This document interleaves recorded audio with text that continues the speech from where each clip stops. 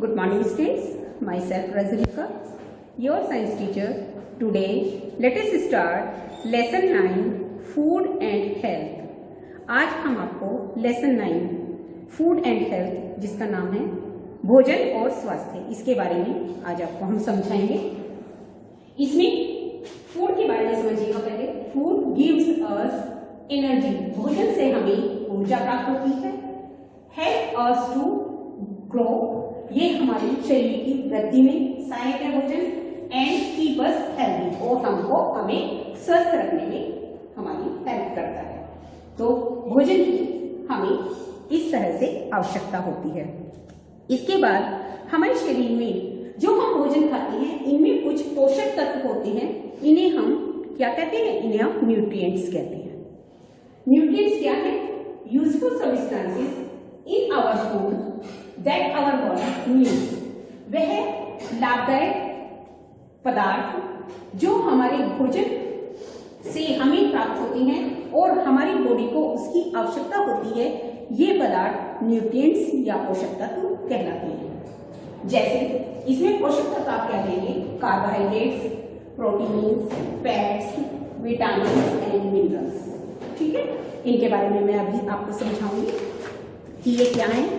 जैसे कार्बोहाइड्रेट से हमें, कार्बोहाइड्रेट और फैट दोनों ही एनर्जी देने वाले पदार्थ हैं, दोनों से ही हमें एनर्जी प्राप्त होती है। परंतु कार्बोहाइड्रेट को हम ज्यादा मात्रा में खाते हैं,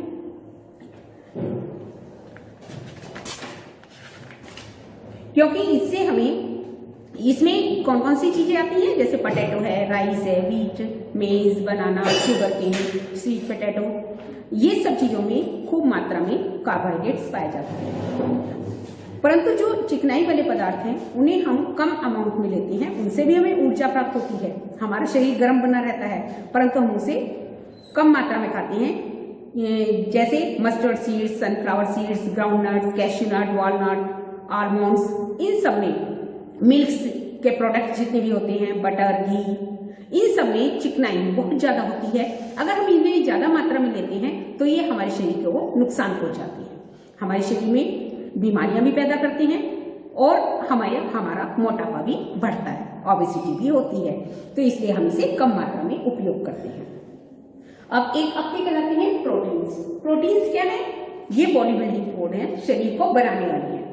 They help us to grow and repair to worn out cells and tissues। इससे हमारे शरीर की ग्रोथ होती है, और जितनी शरीर में टूट फूट होती रहती है, अगर हमारे शरीर में कहीं चोट लग जाए या कुछ है, उस चीज को रिपेयर करने में भी ये प्रोटीन ही काम आती है।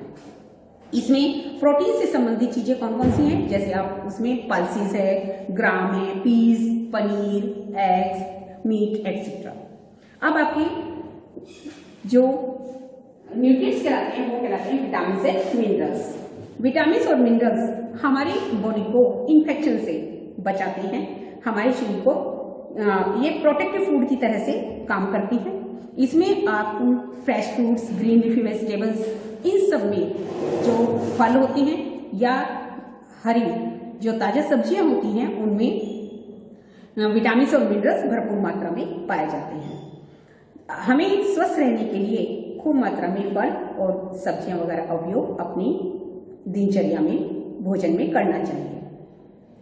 अब इसमें मिल्क और एग को हम कंप्लीट फूड कहते हैं, क्योंकि अगर हम दूध या एग वगैरह लेते हैं तो उनसे हमें सभी प्रकार के पोषक तत्व हमारी बॉडी को प्राप्त हो जाते हैं। तो मिल्क और एग को कंप्लीट फूड भी कहा जाता है। अब आपका एक टॉपिक कहलाता है, टॉपिक आपका नेक्स्ट बैलेंस डाइट, इसे हम संतुलित भोजन कहते हैं। A diet that contains all the nutrients that our body needs in right amounts, ऐसा भोजन जिसमें सभी पोषक तत्व सही अनुपात में हमारी बॉडी को मिलते हैं, उसे हम बैलेंस डाइट या संतुलित भोजन कहते हैं। अब इसमें रफेज और पाइलस फूड के बारे में बताएंगे कि रफेज जैसे फ्रूट्स है, वेजिटेबल्स हैं, जैसे कैरेट, रेडिश, कुकुम्बर, इन्हें हम सलाद के रूप में यूज करते हैं, क्योंकि इसमें बहुत ज्यादा रेशा होता है, लॉट ऑफ फाइबर पाया जाता है, और इन्हें हम रफेज के रूप में भी जानते हैं। Roughage can not be digested, यह शरीर में इनका पाचन नहीं होता, परंतु ये वेस्ट प्रोडक्ट को रिमूव करने में हमारी हेल्प करते हैं। तो हमें अपनी बॉडी में फाइब्रस फूड की बहुत ज़्यादा आवश्यकता होती है, जिससे हमारी बॉडी में कॉन्स्टिपेशन नहीं रह पाता। इसके बाद एक्सरसाइज, साथ में भोजन के साथ साथ हमें कुछ एक्सरसाइज भी जरूर करनी चाहिए। Exercise keeps us healthy and strong. Exercise से हमारा शरीर स्वस्थ रहता है और हम मजबूत बनते हैं। हर तरह की डेली एक्सरसाइज से हमारी मसल्स स्ट्रॉन्ग रहती हैं और अच्छी तरह का हम भोजन अगर अच्छी प्रकार का संतुलित बैलेंस डाइट लेते हैं तो उससे हमें एनर्जी भी भरपूर मात्रा में प्राप्त होती है। हमारा हार्ट अच्छी तरह से कंट्रोल वर्क करता है और ऑक्सीजन की सप्लाई हमारी बॉडी में सेल्स, टिश्यूज और ऑर्गन्स में भरपूर मात्रा में अच्छी तरह से होती है और हमारा स्टेमिना अच्छी तरह से बना रहता है। तो इसलिए हमें एक्सरसाइज करना भी जरूरी है। तो ये बातें इस लेसन में आपको समझाई गई है। इसमें मैं आपको एक एक्सरसाइज में आपको समझा दूं कि इस तरह से आप इन एक्सरसाइज को आप कर सकते हैं। जैसे फर्स्ट एक्सरसाइज इसमें दी गई है, नेम द फॉलोइंग, इनके नाम बताने हैं। 2 एनर्जी गिविंग फूड्स, 2 ऊर्जा देने वाले भोजन कौन कौन से हैं जिनसे हमें ऊर्जा प्राप्त होती है? ये कहलाते हैं आपके व्हीट और राइस। इसमें आप गेहूं और चावल ले सकते हैं। नंबर 2 बॉडी बिल्डिंग फूड्स जो हमारे शरीर को बनाते हैं, उसमें आप लिख सकते हैं पल्सेस और ग्राम, दालें और चना। इनसे हमारे शरीर को की ग्रोथ होती है। अब नंबर 3 पर आइएगा। नंबर 3 पॉइंट पर है 2 प्रोटेक्टिव फूड्स जो हमारे शरीर की बीमारियों से रोकथाम करती हैं। तो उसमें आप लिख सकते हैं फ्रूट्स और वेजिटेबल्स, फल और सब्जियां।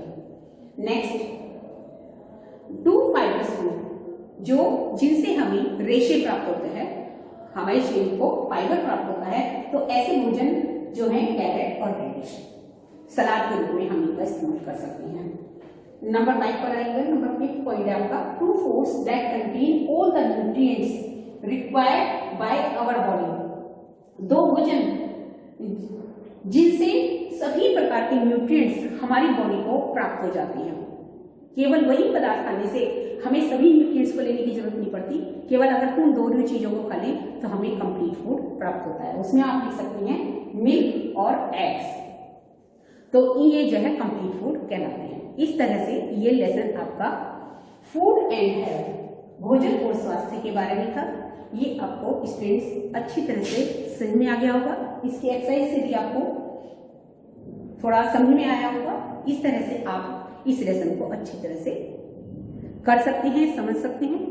Okay students, now this lesson is completed. Okay students.